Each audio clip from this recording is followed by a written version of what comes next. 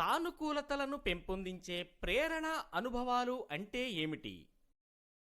సానుకూలతను పెంపొందించే ప్రేరణ అనుభవాలు అంటే పిల్లలలో భావోద్వేగపూరితమైన శ్రేయస్సు మరియు భద్రతా భావాన్ని పెంపొందించడానికి తరచుగా ఆమెను లేదా అతనిని కౌగలించుకుని మీ చేతుల్లోకి తీసుకోండి. పిల్లవాడిని చూస్తూ కంటితో సంభాషించండి. ఏడుపు ప్రారంభించిన వెంటనే బిడ్డకు ప్రతిస్పందించండి. తినిపించేటప్పుడు లేదా తాగించేటప్పుడు పిల్లలతో మాట్లాడించండి.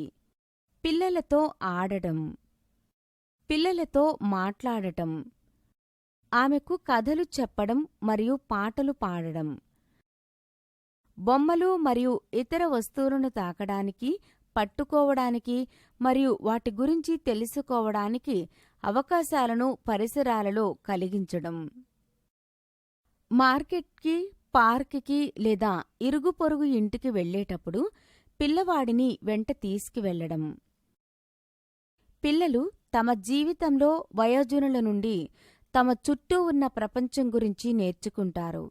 తల్లిదండ్రులు మరియు సంరక్షకులు ప్రతిరోజూ పిల్లలతో కొంత సమయం మాట్లాడాలి మరియు సంభాషించాలి.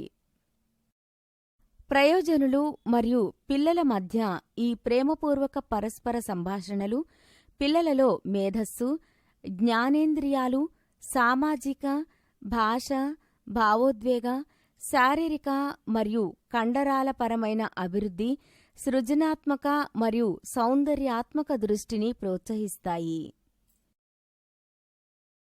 అంగన్వాడీ పర్యవేక్షకురాలు, తల్లిదండ్రులు మరియు సంరక్షకులతో పంచుకున్న సానుకూల మరియు ఉత్తేజకరమైన వాతావరణానికి సంబంధించిన వివరణను మీరు అర్థం చేసుకుని ఉంటారు. ఈ 2 చిత్రాలలో ఆరోగ్యకరమైన మరియు కుంగిపోయిన లేదా అభివృద్ధి చెందని మెదడులను చూడండి. ఆరోగ్యకరమైన మెదడు ఎరుపు మరియు నారింజ రంగు ప్రాంతాలు మెదడులో ఉన్నత స్థాయి కృత్యాలు సూచిస్తాయి. చెడు అనుభవాలను ఎదుర్కొన్న మెదడు నేపథ్యం నుండి ఎటువంటి ప్రేరణ లేదా సానుకూల పరస్పర సంభాషణలు లేనప్పుడు మెదడు చురుకుగా మారదు. చిత్రంలో ఖాళీగా ఉన్న నలుపు ప్రాంతం మెదడులో ఏ కృత్యాలు ఉండకపోవటం సూచిస్తుంది.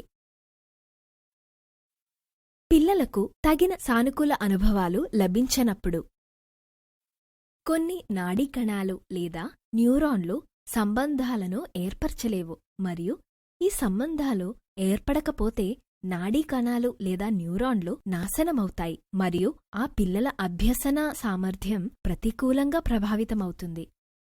మీరు ఇప్పటివరకు నేర్చుకున్న వాటిని పరీక్షించడానికి చెయ్యటానికి ఒక అభ్యాసం చేద్దాం.